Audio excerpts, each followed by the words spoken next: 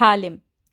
Keeping کا علاقہ رات کو اتنا روشن نہیں تھا جتنے عمرہ کے علاقے ہوتے تھے۔ یہاں لوگ وقت پر سو جاتے تھے۔ سڑک کے دونوں طرف قطار میں چھوٹے چھوٹے ایک منزلہ گھر بنے تھے جن کی مخروطی چھتیں تھیں۔ ایڈم جس وقت چھوٹا لکڑی کا گیٹ کھول کے کوٹ کندھے پہ لادے اندر داخل ہوا، گھر کا برآمدہ روشن تھا مگر اس کے چہرے کی جوت بھجی ہوئی تھی۔ وہ وہیں برآمدے کے اسٹیپ پہ بیٹھ گیا۔ قریب میں مرغیوں کا ڈربہ تھا جس کے اندر پروں تلے چوزے دبائے بیٹھی مرغی نے ہلکی سی کٹاک کی جیسے چونکی ہو۔ جالی دار دروازے کی کھلنے کی آواز آئی تو ایڈم نے گردن موڑی۔ اس کی ماں وہاں کھڑی حیرت سے اسے دیکھ رہی تھی۔ اسکارف پر سر پر لپیٹے لمبی قمیض اور کرنگ اسکرٹ کی طرح پہنے وہ جیسے اسی کو دیکھ کے فکر مند ہو گئی تھی۔ تم یہاں کیوں بیٹھے ہو؟ اندر آ جاؤ۔ میں اتنا بے وقوف کیوں ہوں ایبی ماں؟ وہ تھوڑے گھٹنوں پر گرائے سامنے دیکھتے ہوئے اداسی سے بولا تھا۔ ماں نے گہری سانس لی اور چند قدم چل کے قریب آئی۔ ایڈم نے چہرہ موڑ کے اس کے جوتوں کو دیکھا جو اس کے ساتھ آ رکے تھے۔ ان سے نکلتے پیروں پر ادھیڑ عمر کی کتنی لکیریں پڑی تھیں۔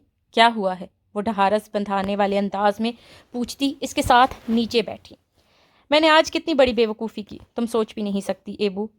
سوچ سکتی ہوں، تم بتاؤ۔ وہ گردن موڑ کے سکون سے اس کا چہرہ دیکھ رہی تھی۔ مجھے شرم آئے گی، وہ خفت زدہ لگتا تھا۔ سچ بولنے والوں کو اگر سچ پر شرم آنے لگے تو جھوٹ بولنے والے جھوٹ کہتے وقت گردن کڑالائے کرتے ہیں۔ مجھے معلوم ہے میرا بیٹا جھوٹ نہیں بولے گا۔ ایڈم نے نظریں اٹھا کے اسے دیکھا۔ تم میرا یقین کرو گی؟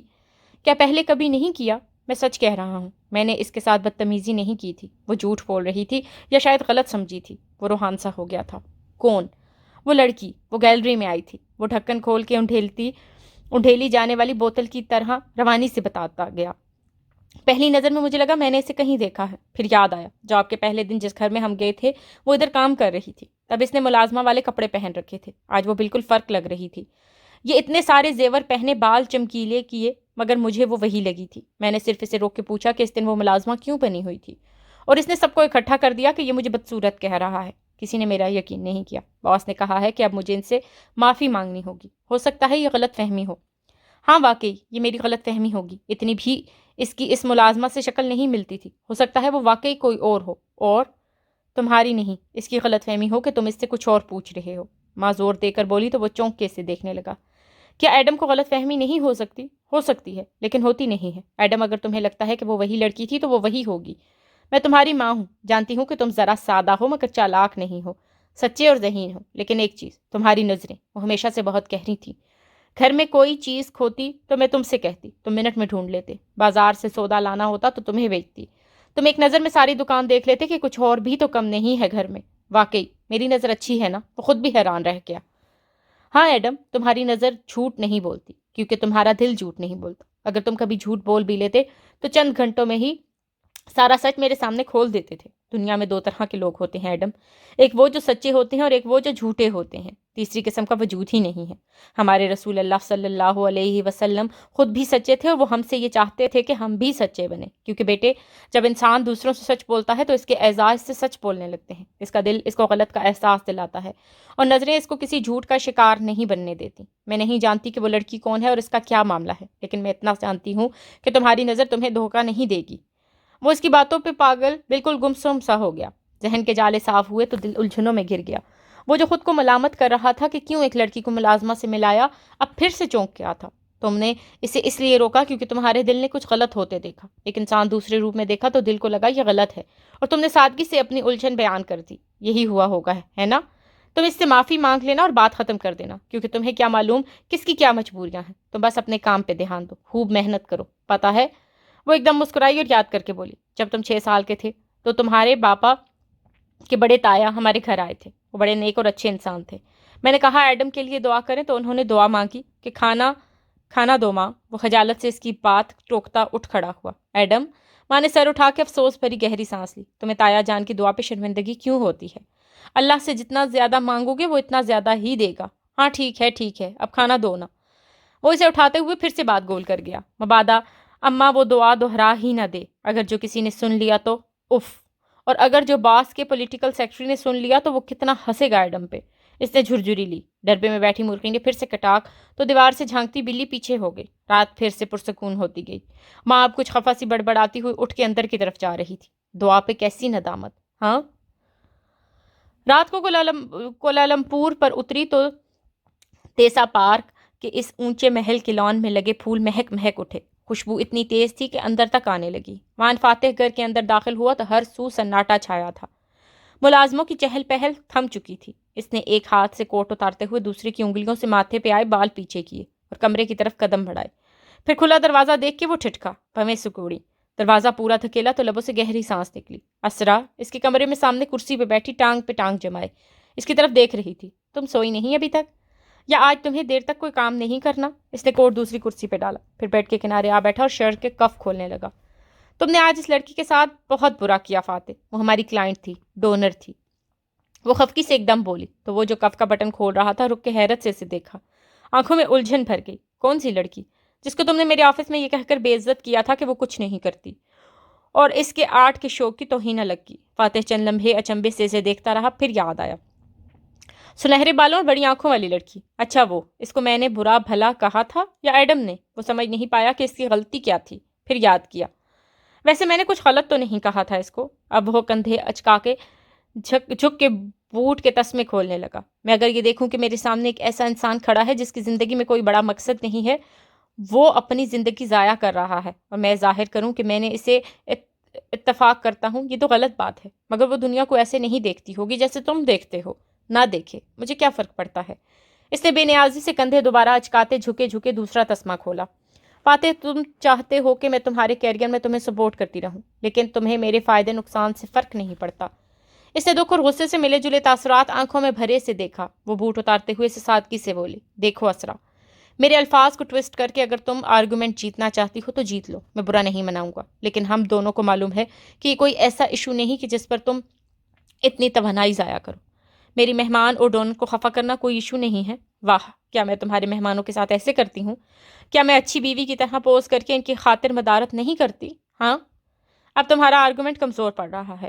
فاتح نے جرابیں اتارتے ہوئے افسوس سے نگاہیں اٹھا کے اسے دیکھا۔ اگر تم اس بات پر برا مناتی کہ میں کسی لڑکی سے اچھے سے بات کر رہا ہوں تو میں اسے ایک جائز دلیل سمجھتا، لیکن برے سے بات کرنے پہ اتنا جھگڑا؟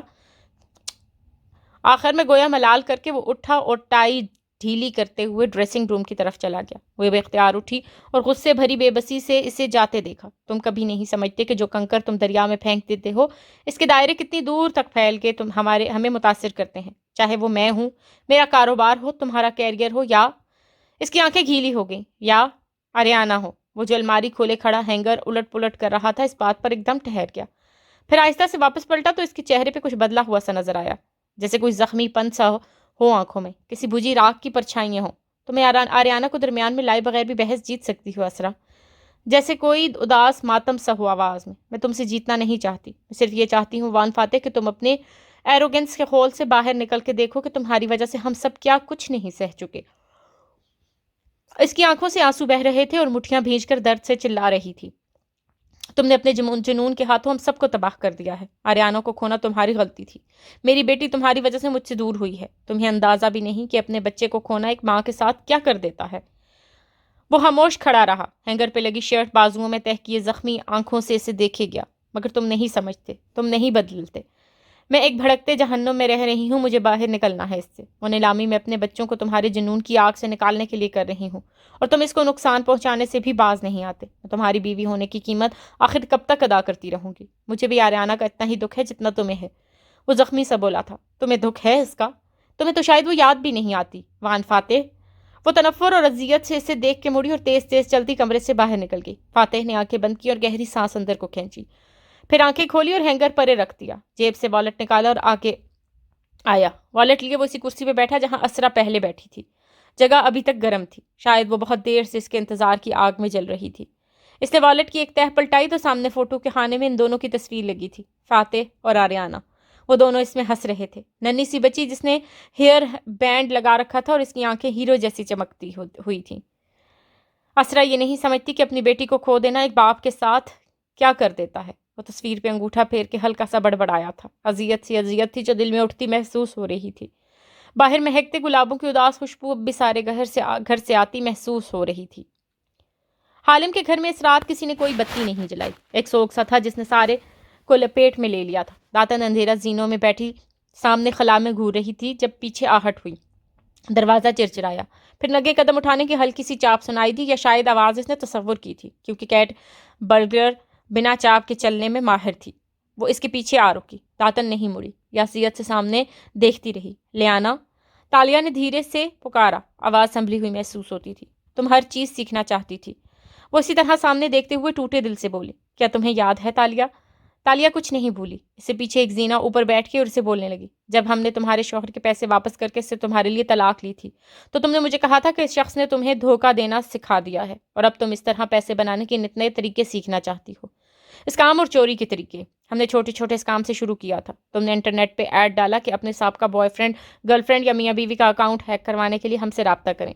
تالیہ جو گھٹنوں پہ سر دیے بیٹھی تھی اس بات پہ بے اختیار ہنستی. داتن نہیں ہنسی، بولتی گئی. عشق اور جرت سے تڑپتے لوگ ہم سے رابطہ کرتے. ہم پیسے ایڈوانس مانگتے اور جب وہ پیسے دے دیتے تو ہم ان کی ای میلز کا جواب نہ دیتے. اب وہ پولیس کے پاس بھی نہیں جا سکتے تھے کہ کیا کہتے. کسی کا اکاؤنٹ ہیک کروانے جیسے غلط کام میں ملوث رہے ہیں. خود پکڑے جاتے سو دھوکے چپ ہو جاتے. تم کہتی تھی کہ اگر لوگ پیسے کی حفاظت نہیں کر سکتے تو وہ اس پیسے کے قابل ہی نہیں ہیں، مگر جلد تم بور ہو گئی.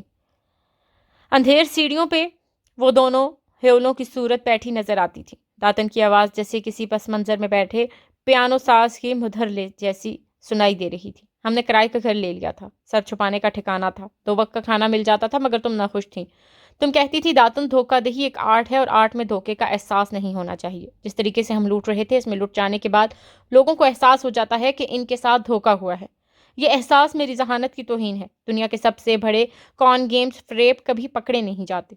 پھر ہم نے چھوٹی چھوٹی چوریاں شروع کی. مالز میں، بازاروں میں عورتوں سے ٹکرا کے ان کے زیور اتار لیتے. تمہاری انگلیاں اس کام میں ماہر تھی مگر تم تب بھی خوش نہیں تھی. تم کہتی تھی کہ میں جزیرے پہ وہ اونچا قلعہ تو بنا لوں گی کسی نہ کسی طرح مگر اہانت کے ساتھ نہیں. تمہیں مزید صفائی سے کام کرنا تھا. تب تم نے فیصلہ کیا کہ تم آرٹ تھیف بنوں گی، کیٹ برگر، جو بلی کی طرح کہیں بھی گھس کے بنا آہٹ کے کچھ چرا لاتا ہے. تمہیں پینٹنگ کا شوق تھا مگر تم اسے کرنا نہیں جانتی تھی. پھر تم آرٹ اسکول گئی. تم نے پینٹ کرنا سیکھا. تم نے مختلف فن سیکھے. تم نے گن چلانا سیکھا، لڑنا سیکھا. تم نے خود کو کسی ہتھیار کے ساتھ طرح تراشا. تالیہ تھوڑی گھٹنوں پر رکھے موغوسی سنے گئی جیسے شہریار کو شہرزاد کسی خوبصورت رات میں الف لیلوا داستان سنا رہی ہو، جیسے وہ کسی اور کی کہانی ہو. جب تم نے پہلی نقال تیار کی جس کو تم نے اصلی پینٹنگ کی جگہ رکھ کے اصل کو چرانا تھا تو میں وہ دیکھ کے مبہوت رہ گئی. وہ اتنی مکمل تھی کہ حد نہیں. میں نے تب تم سے پوچھا تالیہ تم اتنا اچھا پینٹ کرنے لگ گئی ہو تو تم اس شعبے کو کیوں نہیں اپنا لیتی؟ تم نے کہا داتن اگر میں بہت اچھی پینٹنگ بھی بناؤں تو وہ 2-3 ہزار سے زیادہ کی نہیں بکے گی، لیکن اگر میں کسی قدیم پینٹنگ کی نقل تیار کروں اور بھرپور پلاننگ کے ساتھ اس کو اصل کی جگہ رکھ کے اصلی چرا لوں تو اس اصلی پینٹنگ کو میں بلیک مارکیٹ میں 50-60 لاکھ کا بیچ سکتی ہوں. کوالالمپور بھرا پڑا ہے بیکار پینٹر سے اور کوالالمپور بھرا پڑا ہے چوروں سے، مگر آرٹ تھیف وہ ہوتا ہے جو یا تو کسی ماہر نقال کو اپنے ساتھ رکھے یا خود نقال پینٹ کرنا جانتا ہو. فارگر کے بغیر آرٹ تھیف نہیں بن سکتی ہے اور کسی فالجر پہ اعتبار نہیں کر سکتی. مجھے خود فالجری سیکھنی ہوگی. پھر تم نے پینٹنگز کے علاوہ دوسری چیزوں کی نقال بھی تیار کرنا شروع کی. انعامی scheme, black ticket, prize bond اور ہم امیر ہوتے گئے. تم نے ہر چیز سیکھی سوائے ایک چیز کے. کہتے کہتے اس نے مڑ کے تالیہ کو دیکھا جو اب اس کے ایک دم بات کو اندھے موڑ پہ لانے پہ چونک کے گردن اٹھا کے اسے دیکھنے لگی تھی. اور وہ ہے چوری کا فن، ہاتھ کی صفائی. یہ تمہیں ہمیشہ سے آتا تھا، مجھے نہیں آتا تھا. میں نے کچھ نہیں سیکھا. ساری عمر ایک جیولری اسٹور اور ایک لائبریری میں کام کیا تھا. جب تمہیں جیولری چرانی ہوتی تو اس کی نقل تم نہیں تیار کر سکتی تھی، وہ میں تیار کرتی. پھر ہم نے حالم کے نام سے کام شروع کر دیا. لوگوں کے لیے مسئلے کھڑے کرتے اور ان کو خود حل بھی کر دیتے. کبھی کسی کی پینٹنگ چرا کے خود ڈھونڈ لاتے، اصل رکھ کے نقل اس کو واپس کر دیتے. کبھی کسی سے انعامی اسکیم کے لیے پیسے بٹورتے. تم نے بس چوری کا فن نہیں سیکھا اور میں نے تو کچھ نہیں سیکھا سوائے ہاتھ کی صفائی اور چوری کے فن کے. یہ مجھے نہیں آتا تھا، تم نے مجھے سکھایا. تم گمنام رہنا چاہتی تھی، اپنا چہرہ نہیں دکھانا چاہتی تھی کیونکہ تمہیں امید تھی کہ ایک دن تم اچھی بن جاؤ گی. میں نے یہ ذمہ اپنے سر لے لیا. سوائے چند لوگوں کے تمہیں شہر میں کوئی بطور ایک چور کے نہیں جانتا، مگر میں نے اسٹریٹ کانٹیکٹس بنائے. میں نے بلیک مارکیٹ میں تعلقات استوار کیے اور یوں ہم دونوں آرٹ اور جیولری چرانے کے ساتھ بطور حالم ان کے مالکان سے کلاسلی فیس بھی لیتے تھے. ہم ماہر اسکیمر بن گئے اور ہم نے مڑ کے نہیں دیکھا. تم کیا کہنا چاہتی ہو داتن؟ اس بات پہ داتن نے سوگوار چہرہ موڑا اور ملال سے اسے دیکھا. تمہیں لگتا ہے تم یہ راستہ چھوڑ سکتی ہو مگر ایسا ممکن نہیں ہے تالیہ. میں نے جانتی ہوں ہمیشہ اپنا چہرہ کیوں مخفی نہیں رکھا، کیونکہ مجھے معلوم تھا کہ ایک دفعہ ہم اس دریا میں اتر جائیں تو واپسی کی کوئی کشتی نہیں بچے گی. تم کبھی پینٹر بن کے خوش نہیں رہ سکتی، نہ میں لائبریرین بن کر۔ جب مجھے میرے بچوں نے چھوڑا یا جب میں نے ان کو چھوڑا، کیونکہ جیولری اسٹور کو جو ان کا کاریگر مل گئے تھے تو میں ایک بوجھ تھی، تو میں نے لائبریری کے ساتھ ایئرپورٹ پر نوکری کر لی اور اولڈ ہوم آ گئی۔ لیکن جب بعد میں میرے پاس تمہاری وجہ سے دولت آنے لگی تو میں ہر ویک اینڈ پہ اپنے بچوں کے پاس جانے لگی، اب بھی جاتی ہوں، ان کے لیے قیمتی تحفے لے کر، اور وہ یہ جانتے ہوئے بھی کہ میں ایک لائبریرین ہوں، مجھ سے میرا ذریعہ معاش نہیں پوچھتے۔ وہ اب میری قدر کرتے ہیں، پہلے جہاں سے بھی پیسہ آئے وہ خوش ہیں، میں بھی خوش ہوں کیونکہ میں ان پر انحصار نہیں کرتی۔ ان کے سامنے ایک مضبوط عورت ہوں میں، لیکن اگر میں یہ کام چھوڑ دوں تو میری قدر و قیمت وہاں ختم ہو جائے گی۔ اس لیے میں کبھی بھی نیک نہیں ہونا چاہتی، کیونکہ تالیہ ان کے رشتے ہر ایک کے لیے کامل نہیں ہوتے۔ ہم جیسے لوگوں کی کہانیوں میں دوستی کا رشتہ زیادہ اہم ہوتا ہے۔ آئی ایم سوری داتن۔ اس نے پیچھے سے داتن کی گردن میں بازو لپیٹے اور اپنی تھوڑی اس کے کندھے پر رکھ دی۔ میں اتنی ڈسٹرب تھی کہ میں بھولتی جا رہی تھی کہ میں کون ہوں اور کیا کرنے کی اہل ہوں۔ میں اپنی گیم سے باہر ہو رہی تھی، مگر اب نہیں۔ اس نے داتن کا سیاہ گال چوما اور پھر سیدھے ہو کر ایک عزم سے کھڑی ہوئی، دیوار پہ ہاتھ مارا اور لمحے بھر میں سارا گھر روشن ہو گیا۔ تیز روشنی سے داتن کی آنکھیں چندھیا گئیں۔ اس نے فوراً ان پر ہاتھ رکھا، پھر ذرا ٹھہر کے تالیہ کو دیکھا جو سینے پہ بازو لپیٹے اب سنبھلی ہوئی سی سامنے کھڑی تھی۔ اب داتن نے ہمیشہ کی طرح اس سے پوچھا، جو کہتی تھی کہ اس کے پاس ہمیشہ اگلا پلان ہوتا ہے۔ اب میں نے انتظار کرنا ہے، یا تو ایڈم کی بات پہ یقین کر کے اسرا محمود تنگو کامل سے رابطہ کرے گی اور وہ سب میری تصدیق کر کے مجھے گرفتار کرنے یہاں آئیں گے، یا پھر اسرا محمود اپنے اسٹاف کے ہاتھوں مجھے دعوت نامہ بھجوائیں گی۔ پہلی صورت میں ہمارا سامان بندھا ہوا پڑا ہو اور ہم سگنل دیکھتے ہی شہر سے فرار ہو جائیں گے، اور دوسری صورت میں ہم کھیل جاری رکھیں گے۔ داتن نے گہری سانس لی اور گھٹنوں پر ہاتھ رکھتے ہوئے اٹھی۔ مگر کھیل ہے کیا تالیہ؟ تم نے بریسلٹ اتار کے واپس آ جانا تھا، نیلامی وغیرہ پہ تھوڑی جانا تھا۔ میں کھیل بدل رہی ہوں، پلان بی۔ اس نے مسکرا کے موبائل ٹراؤزر کی جیب سے نکالا اور نمبر ملانے لگی۔ داتن نے چمپے سے اس کے سیاہ فون کو دیکھا جو حالم کا تھا۔ یہ تم کس کو؟ السلام علیکم زین العابدین مولیا، وہ بشاشت سے بولی اور داتن کو دیکھ کے آنکھ دبائی۔ کیسے ہو مولیا؟ ابھی تک درختوں پہ بوجھ بنے ہوئے ہو؟ اوہ ایکچولی، اس بات پہ غور نہ کرنا، میری حصے مزاح کا لیول تمہارے ذہن سے کافی بلند ہے۔ خیر، میں نے اس لیے فون کیا ہے کہ وہ اعتماد سے بولتی ہوئی مسکراتے ہوئے آگے بڑھ گئی اور داتن نے تکان بھرے سانس اندر کھینچی۔ بالآخر وہ کھیل میں واپس آ چکی تھی۔ اس کی یہی بات تو سب سے اچھی تھی، وہ کہ سب کی طرح گرتی تھی مگر گرنے کے بعد ہنس کے کپڑے جھاڑتی اٹھ کھڑی ہوتی تھی۔ Plan B. داتن گھٹنوں پہ ہاتھ رکھتے اٹھتے ہوئے بڑبڑائی تھی۔ مجھے یقین ہے کہ یہ پلان اس کے پاس پہلے نہیں تھا اور اس نے ابھی ابھی سوچا ہے، مگر کبھی نہیں مانے گی۔ وہ بھی واپس گیم میں آ رہی تھی۔ جزیرے سے بنے ملک پہ اگلی صبح بھیگی بھیگی سی اتری۔ سیاہ بادل سورج کو جھانکنے تک نہیں رہ رہے تھے، بس گرجتے اور چمکتے جا رہے تھے۔ ایسے میں قطار سے کھڑے اونچے محل اپنے سامنے سڑک پر بھاگتے اس شخص کو دیکھ رہے تھے جو ٹراؤزر کے اوپر آدھی آستین کی ٹی شرٹ میں ملبوس دوڑتا جا رہا تھا۔ کنپٹی سے قطرے ٹپ ٹپ کے رہے تھے، بال گیلے ہو کر ماتھے پہ چپکے تھے۔ وہ دور سے جاگنگ کرتا آ رہا تھا۔ اپنے گیٹ کے قریب آ کر رفتار سست ہوئی، ایک ہاتھ گیلے بالوں میں چلا کے اس کو پیچھے کیا اور ہینڈز فری کانوں سے کھینچ نکالے۔ گارڈز نے اسے دیکھتے ہی راستہ کھول دیا۔ فاتح صاحب، کسی نے تولیہ اچھالا تو اس نے ایک ہاتھ بلند کر کے تھاما اور اس سے چہرہ پونچھتا پورچ میں آگے چلتا گیا۔ لمبی جاگنگ سے چہرہ گلابی شفاف سا ہو رہا تھا اور تنفس تیز تھا۔ لاؤنج میں آ کر وہ میز تک رکا، جھک کے اخبار اٹھائی، الٹ پلٹ کر کے دیکھی، پھر سیدھا ہوا ہی تھا کہ سامنے ایڈم نظر آیا۔ وہ اس کے اینک بڑھائے ہوئے تھا۔ تھینکس۔ فاتح نے اخباریں رول کی، اینک تھامی اور آگے بڑھ گیا۔ سر، اس نے جلدی سے پکارا مگر وہ رکا نہیں، سیڑھیوں کی طرف بڑھتا جا رہا تھا۔ سر، اشر صاحب نے کہا ہے کہ آج میں ان خاتون سے معافی مانگنے جاؤں۔ ہمت کر کے بلند آواز میں بولا۔ کون سی خاتون ایڈم؟ وہ زینے چڑھتے ہوئے اخباروں کو الٹا پلٹا کر کچھ تلاش کر رہا تھا۔ وہ گیلری والی۔ وہ رکا اور جلدی سے اضافہ کیا۔ سر، کیا مجھے ان سے معافی مانگنی چاہیے؟ فاتح نے مطلوبہ میگزین نکال کے اوپر رکھا اور گردن موڑ کے ایک سادہ نظر اس پر ڈالی۔ ایڈم، ہر لفظ کے نتائج ہوتے ہیں، خاموشی کے بھی ہوتے ہیں، اس لیے اپنے کہے گئے الفاظ کے نتائج مرد بن کے بھگتا کرو۔ اور اوپر چڑھتا گیا۔ ایڈم کا چہرہ مزید بھج گیا۔ مگر میں نے ایسا کیا کہا تھا؟ ٹیرس پہ اس کی کرسی بچھی رکھی تھی، ساتھ میز پر جوس کا گلاس اور پھل، سب ترتیب سے تھا، مگر وہ ذرا چونکا۔ وہاں اسرا بھی بیٹھی تھی۔ اسے آتے دیکھ کر اسرا نے نظریں اٹھائیں تو اس میں اداسی تھی۔ تم ادھر، وہ نارمل انداز میں کہتا اپنی کرسی پہ آ کے ٹھہر گیا۔ وہ جو گزرے جاگرز لمبے کر میز پر کینچی کی صورت رکھتی ہے۔ آئی ایم سوری، میں کل رات کچھ زیادہ بول گئی۔ ہاں، تم کل رات کچھ زیادہ ہی بول گئی، اس نے تائیدی انداز میں کہتے ہوئے سر کو خم دیا اور اخبار سینے پر رکھ کر بازوؤں کا تکیہ بنا کر سر ان پر ٹکا دیا۔ اب اس کی آنکھیں توجہ سے اسرا پر جمی تھیں۔ بھورے بالوں کی پونی بنائے اسکرٹ بلاؤز کے اوپر سفید رنگ کا دوپٹہ کندھوں کے گرد لپیٹے، ایک ہتھیلی پہ چہرہ ٹکائے وہ اداس نظر آتی تھی۔ میں اندر سے دکھی ہوں فاتح، میرے زخم نہیں بھرتے اور میں تمہارا بھی دل دکھا دیتی ہوں اور تم سمجھتی ہو کہ میرے زخم بھر چکے ہیں۔ وہ ہلکا سا مسکرایا۔ کیا نہیں بھرے؟ میں اپنے زخموں کے بھرنے کا انتظار نہیں کرتا اسرا۔ وہ نیم دراز بازوؤں کے تکیے پہ رکھے اسے سامنے بیٹھے دیکھ کر رسان سے بولتا گیا۔ ان کوسی کے آگے بڑھ جاتا ہوں، مگر جس کھڑکی سے میں دنیا کو دیکھتا ہوں تم نے وہ کھڑکی بند کر رکھی ہے فاتح۔ تم اسرا، یہ دنیا ماضی میں جینے والوں کے لیے نہیں ہے۔ وہ میری بھی بیٹی تھی، مجھے بھی دکھ ہے اس کا، مگر اللہ کی چیز تھی، اللہ نے لے لی۔ میں پچھتاووں پہ یقین نہیں رکھتا، میں ماضی میں نہیں رہتا، میں آگے کا سوچتا ہوں، جبکہ تم، اس نے گہری سانس خارج کی، تم ہمیشہ ماضی میں جیتی ہو۔ اب نکل آؤ ماضی سے اسرا، یہ دنیا بہادر اور ڈیئرنگ لوگوں کے لیے ہے جو آگے بڑھیں اور اس کے اپنے مثبت سوچ سے فتح کر لیں۔ یہ دنیا امید رکھنے اور خواب دیکھنے والوں کی ہے۔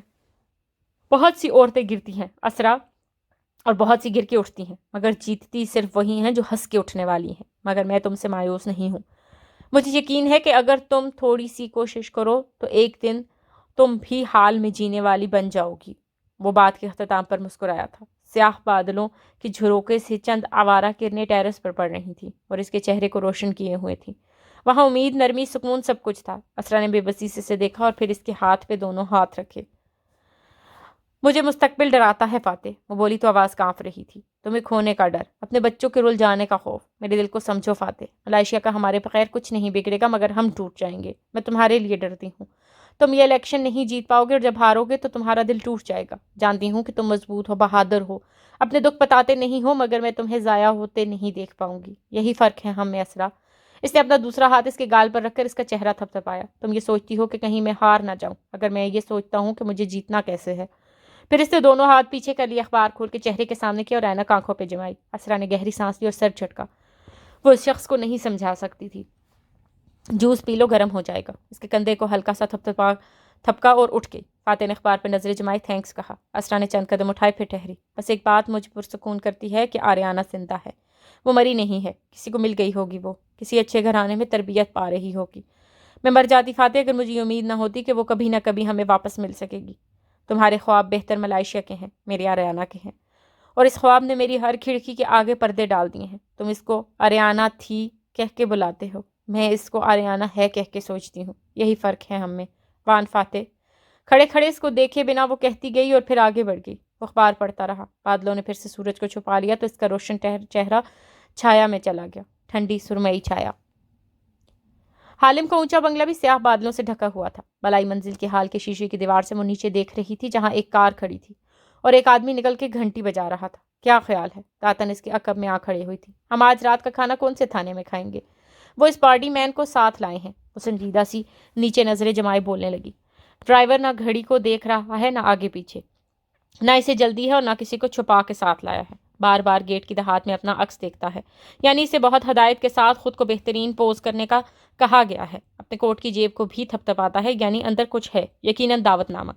پھر اطمینان سے داتن کی طرف گھومی۔ ہم نہ صرف محفوظ ہیں بلکہ ہمارا شکار ہوک پہ ہو چکا ہے۔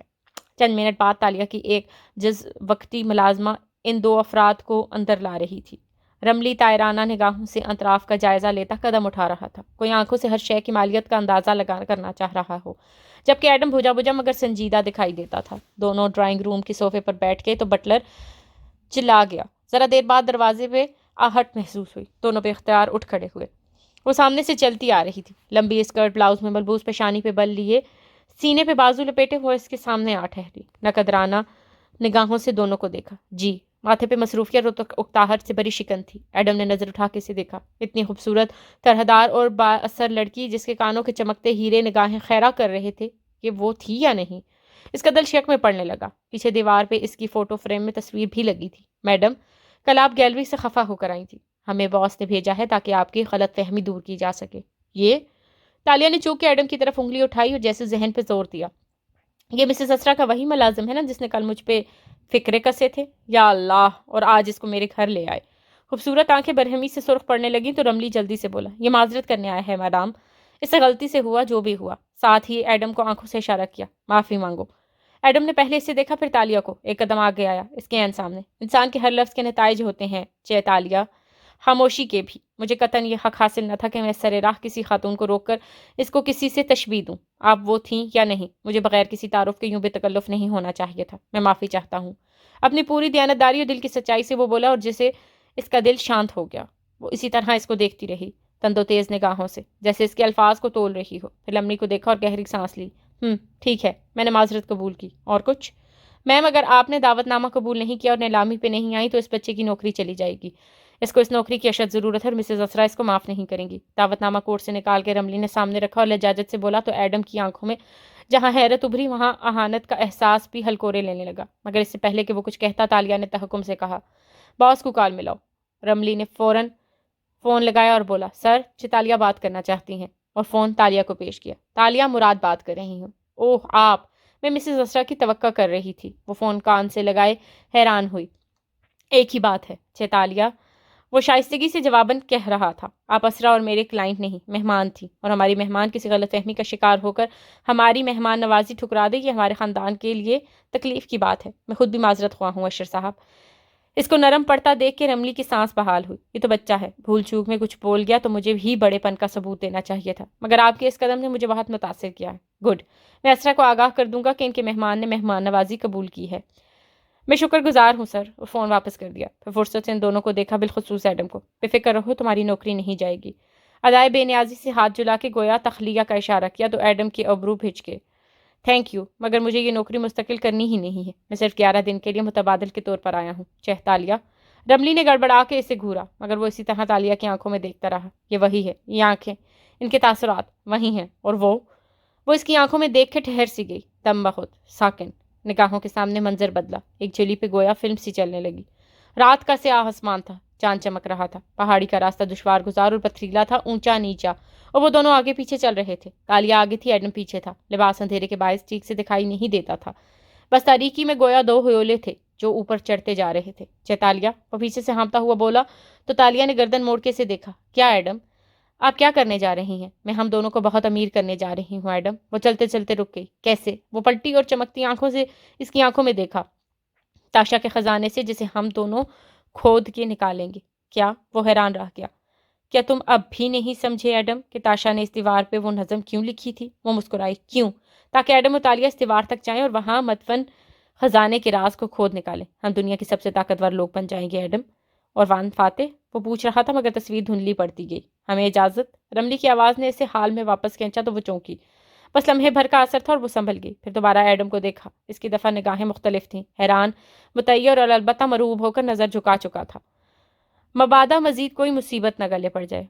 اس نے ہاتھ سے برخاست ہونے کا اشارہ کیا تو وہ دونوں پلٹ گئے۔ ان کے باہر نکلتے ہی داتن کمرے میں داخل ہوئی تو دیکھا وہ سر دونوں ہاتھوں میں گرائے بیٹھی ہے۔ داتن نے بے اختیار دل پہ ہاتھ رکھا۔ کیا وہ پولیس کو لینے گئے ہیں؟ تالیہ نے ماتھے سے ہاتھ ہٹائے اور سر اٹھا کے خالی خالی نظروں سے اسے دیکھا۔ داتن، ایک خزانہ ہے کہیں۔ میری پیاری بچی، میں جانتی ہوں تم مجھے کسی خزانے سے کم نہیں سمجھتی، مگر تم سے تو بات کرنا فضول ہے۔ وہ جھنجھلا کر کھڑی ہوئی۔ تھوڑی دیر پہلے کی شہزادیوں والی شان اب ندارت تھی۔ میری بات سنو، وہ سنجیدہ ہوتے بولی۔ جاتے وقت ایڈم نے لابی میں رکھی تمہاری تصویر میں سے ایک کو چپکے سے موبائل پہ اتارا ہے تالیہ۔ ظاہر ہے اس نے کیا کرنا تھا۔ اس کا حل ہے میرے پاس، تم فی الحال میرے ساتھ پلان بی کی تیاری کرواؤ۔ وہ اس موٹی مرغی کو کندھوں سے پکڑ کے دھکیل کے باہر لے جانے لگی۔ رملی کار چلا رہا تھا اور ایڈم موبائل اسکرین کو اس کی نظروں سے بچا کے وہ تصویر غور سے دیکھ رہا تھا۔ آنکھوں میں الجھن بھری گہری سوچ پنہاں تھی۔ یہ وہی تھی یا